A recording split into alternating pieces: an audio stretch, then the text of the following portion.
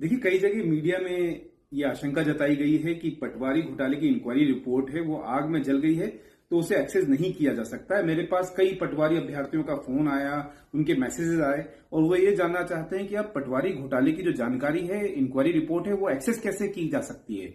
तो यहां पर मैं बताना चाहूंगा कि देखिए, जो पटवारी घोटाले की इंक्वायरी रिपोर्ट है, चूंकि एक बहुत बड़ा समाज का तबका उससे प्रभावित है, काफी लोगों का जीवन उस पर दांव पे लगा हुआ, भविष्य दांव पे लगा हुआ था और वो ये जानना चाहते हैं कि पटवारी घोटाले की इंक्वायरी रिपोर्ट में आखिर वो कौन से तथ्य जिसके आधार पर क्लीन चिट दी गई है। तो ये उनका जानने का हक भी है।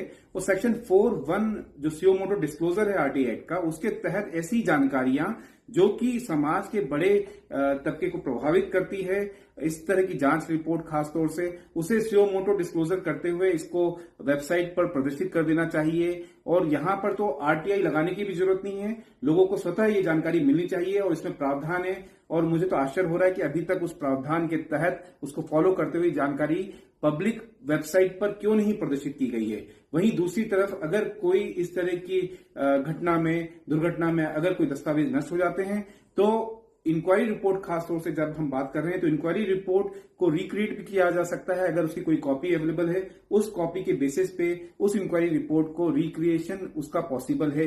लेकिन मध्य प्रदेश में जो खासतौर से चिंता का विषय ये भी है कि इस तरह की घटनाओं में जब भी दस्तावेज गुम जाते हैं या गायब हो जाते हैं या नष्ट हो जाते हैं, तो एक लीगल फ्रेमवर्क एक होता है दस्तावेजों के संधारण के लिए, उसके रिक्रिएशन के लिए। तो वो व्यवस्था मध्य प्रदेश में है ही नहीं। हमारे यहाँ कोई पब्लिक रिकॉर्ड्स एक्ट नहीं है और इसके लिए मैं पहले ही एडमिनिस्ट्रेशन को आदेशित कर चुका हूं कि अपना पब्लिक रिकॉर्ड एक्ट राज्य का अवश्य होना चाहिए।